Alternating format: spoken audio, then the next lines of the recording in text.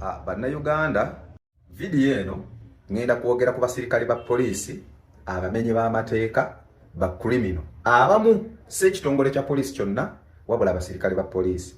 Era egendereddwamu okulaga bannayuganda nti teri ali waggulu w'amateeka.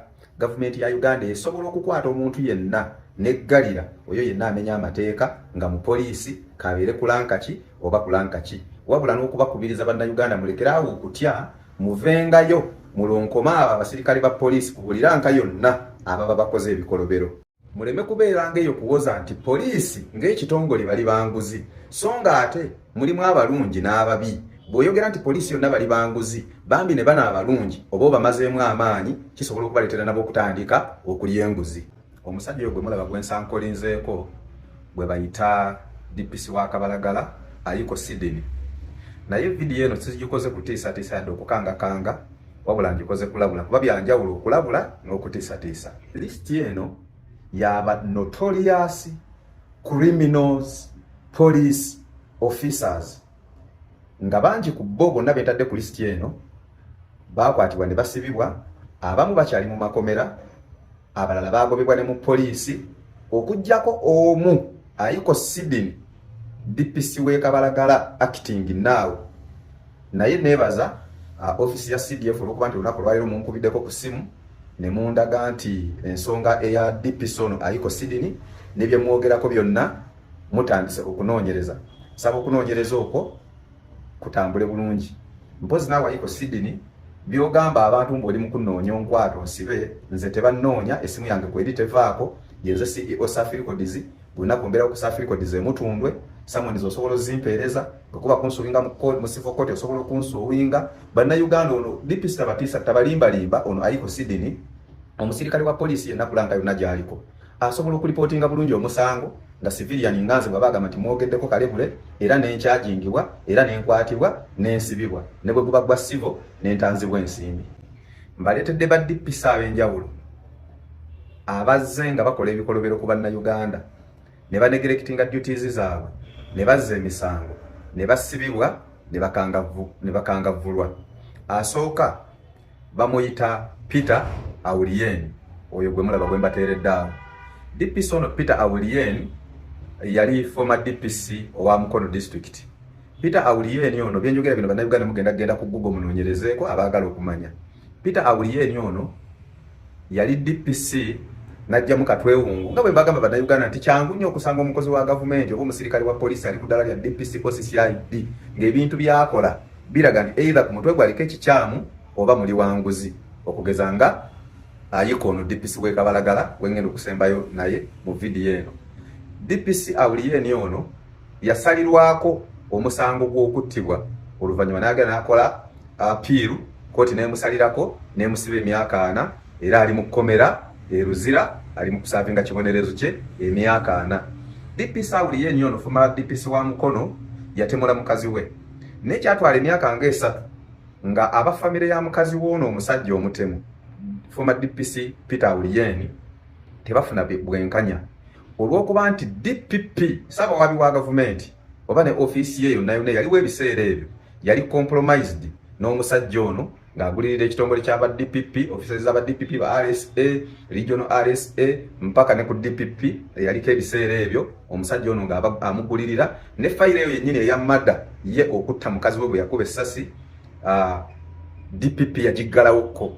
Wabula oluvannyuma nga wayisa akabanga ng'abakozi ba gavumenti bwe bajja bakyukakyuka kwajjako DPP omulala, abafamire ne basaba fayiro neeyitibwe eddemu etunulwemu, era bwe yayitibwa n'eddamu n'etunulwamu yasanctioningibwa, omusajja ono n'akwatibwa, kwe kusibibwa mpaka nga bamusalidde ogw'okufa, naye n'ajulira ne bamusalirako ne bamusiba emyaka 4.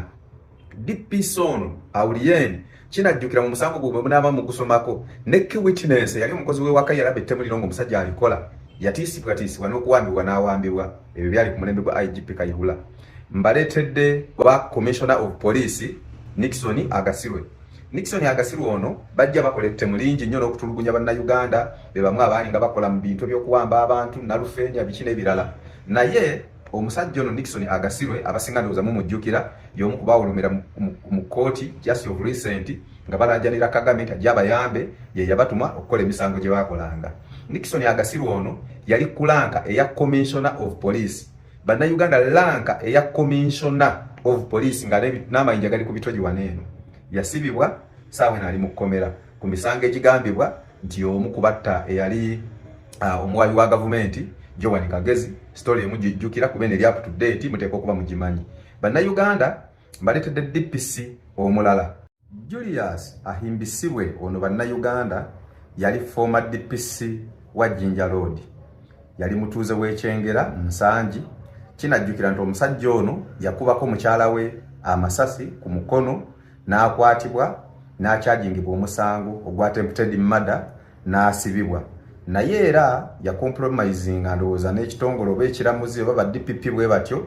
Yamalayo omwaka nga gumu n'ateebwa, abatuuze tebamanya bwe yateebwa. Bagenda okumulaba ng'akomyewo ku kyalo Ensangi we yali yazimba ng'erazzemu okubeera ne mukyala we. Jjukira nti bwe bamukyajinga omusango ogwo bamugoba ne mu kitongole kya poliisi. Waayitawo mbale omusajja ono Julius ayimbisibwe former DPC wa Jinja Road poliisi awo n'asangibwa nga yeetugidde mu kinnya mu septic tanka nga yeeyimbyemu omuguwa ng'afudde. Mpozi n'omulala gwe ngenda okusembyayo ku bano malirize ne Sydney Ayiko ye Kale Kayihura. Kale Kayihura ebyamutuukako yali muduumizi wa poliisi ekiseera ekinene. Jeno Mulamba mu magye yali IGP, yakwatibwa n'asibibwa n'agobebwa ne mu poliisi. Oyo ebibye ensi yonna yabimanya, sijja kumunnyonnyola nnyo. Bannayuganda n'abasirikale abalala bangi n'abakungu ba gavumenti abalala bangi abali mu makomera bali mu kuvundira eyo. Eno video ngikoze strictly ku DPC ali e Kabalagala essaawa eno Ayiko Sydney. Nkowola ebitongole bya gavumenti, nkowola ofisi ya CDF yesi mwankubiddeko ko ne mungamba ku nsonga ezo za DPC oyo nti muli mu kuhandolinga kimuhandolinga nesaba muhandolinge bulungi omusajja oyo akwatibwe awummuzibwe first. Nsaagala bamukoleko bumenyi bw'amateeka awummuzibwe, bw'amala okuwummuzibwa atwalibwe yeekebejjebwa omutwe gwe gusangibwa nga mulamu, akyajingibwe, asibibwe olw'ebikolwa bye ebifu. Bw'asangibwa nga omutwe gwe mulwadde atwalibwe mu ddwaliro ajjanjabwe aleme kutuusa ate bulabe bulala ku bantu. Lwaki njogera bwe ntyo? Oyo omusajja DPC wa Kabalagala ninako stories nyingi nnyo ne reports nyingi nnyo ng'agambibwa okunegerekitinga duties ze, n'aleka balandi grabbers ne bakola unlawful eviction, n'aleka bakifeesa ab'ebijambiya ne bataakinga abantu ne bakonakona amayumba gaabwe ne bagakuba ne bagasaanyaawo ne gakka ku ttaka. Yakikola ekkonge ewa mukyala Esther. Mwamulaba Esther yamala ku poliisi e Kabalagala ennaku nnya ng'asula wabweru, ng'ono yakolaganye ne balandi grabber ab'ebijambiya ne bakonakona ennyumba y'omukyala oyo ne bagiteeka ku ttaka ng'amugaanye okuyingiza omusango gwonna ku poliisi, either oba malicious damage, assault, kidnap, kuba bawamba n'omuntu, ng'agaanye abasirikale ba poliisi bonna okuba akayingiza omusango ogwali guvunaanibwa ab'ebijambiya abo. Incident ey'okubiri, ensonga ez'omukyala Peter Bibangamba ekansanga wali ku Vale Drake byalese bakifeesi nga bakulembeddwamu oyo Franka ne batandika okuba nga bakwata omukazi oyo ne bamukubakuba emmotoka ye ne bagyasayasa ne bamukolako effujo erya buli kika. Era DPC ono Ayiko Sydney n'agaana abapoliisi bonna okubaako omusango gwe bayingiza. Kino nno bannayuganda ne bakulembeze naddala mu byokwerinda mbagamba nti abasirikale bwe bati abapoliisi ayinza okuba either ng'aliko ekikyamu oba ng'ali mentally disturbed oba nga just muli wanguzi. Kuba bannayuganda ne bagamba enguzi tebagiweera risiiti, wabula ebikolwa by'okola ng'oli mu ofiisi ya gavumenti bye bikakasa nti oli enguzi oba tolya nguzi. Wano we ntwalira omukisa okuwulaba ebitongole by'okwerinda, PSU, IGP, Minister of Internal Affairs n'ebitongole byonna racket eno ey'abasirikale ba poliisi mwe bagwa. Mwangwire omusajja ono ali e Kabalagala DPC ne OCID mubanoonyerezeeko nga tebannakola misango mirala.